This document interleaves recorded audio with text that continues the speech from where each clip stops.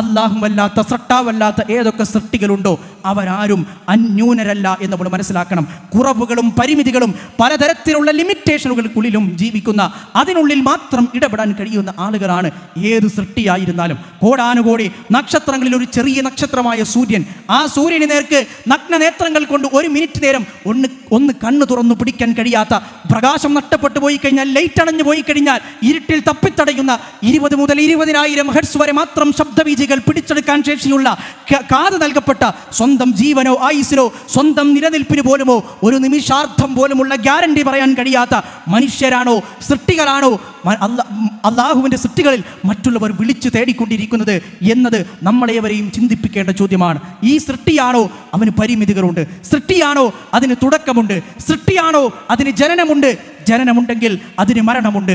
തുടക്കമുണ്ടെങ്കിൽ അതിനൊരു ഒടുക്കമുണ്ട്. പക്ഷേ തുടങ്ങുന്നതും ഒടുങ്ങുന്നതുമാണെങ്കിൽ പിന്നെ അതങ്ങനെ ദൈവമാകും. ജനിക്കുന്നതും മരിക്കുന്നതുമാണെങ്കിൽ പിന്നെ അങ്ങനെ അത് ദൈവമാകും. വതവക്കൽ അലൽ ഹയ്യിൽ ലദീ ലാ യമൂത്, ഒരിക്കലും മരിക്കാത്ത എന്നെന്നും ജീവിച്ചിരിക്കുന്ന ആ റബ്ബിൽ ഭരമേൽപ്പിക്കുക എന്ന് വിശുദ്ധ ഖുർആൻ നമ്മളോട് ആവശ്യപ്പെടുന്നു. അല്ലാഹു ലാ ഇലാഹ ഇല്ലാ ഹുവൽ ഹയ്യുൽ ഖയ്യൂം, എന്നെന്നും ജീവിച്ചിരിക്കുന്ന, ഒരാൾക്കും ഒന്നിനെയും ആശ്രയിക്കാത്ത, എല്ലാറ്റിനെയും നിയന്ത്രിക്കുന്ന ഹയ്യും ഖയ്യൂമുമായ ആ ഏക ഇലാഹിനു മാത്രമാണ് ആരാധനകൾ അർപ്പിക്കേണ്ടത് എന്ന് വിശുദ്ധ ഖുർആൻ നമ്മളോട് പറയുന്നു. ഒന്ന് കുറച്ചു നേരം അധ്വാനിച്ചാൽ ഊർജം നഷ്ടപ്പെട്ട് വാടിത്തളർന്ന് മയങ്ങാൻ വേണ്ടി പോകുന്ന മനുഷ്യർ എങ്ങനെയാണ് അല്ലാഹുവിന് തുല്യരായി മാറുക?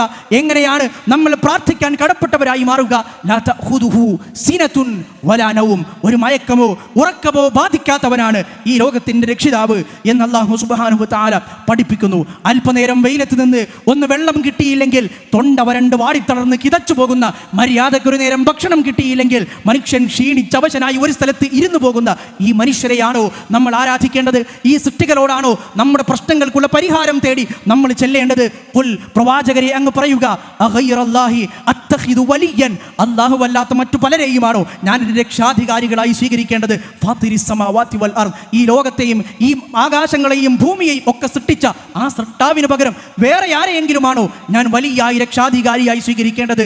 വഹുവ യുത്ഇം വലാ യുത്അം, അവനാണല്ലോ മറ്റുള്ളവർക്ക് ഉപജീവനം ഭക്ഷണം നൽകുന്നത്, അവന് ഭക്ഷണത്തിന്റെ ആവശ്യമില്ലല്ലോ. ഇത് സൃഷ്ടാവിനെ കുറിച്ച്, നാം ആരാധിക്കേണ്ട റബ്ബിനെ കുറിച്ച്, ലോകത്തിന്റെ രക്ഷിതാവിനെ കുറിച്ച് ഇസ്ലാം പഠിപ്പിക്കുന്ന പാഠങ്ങളാണ്.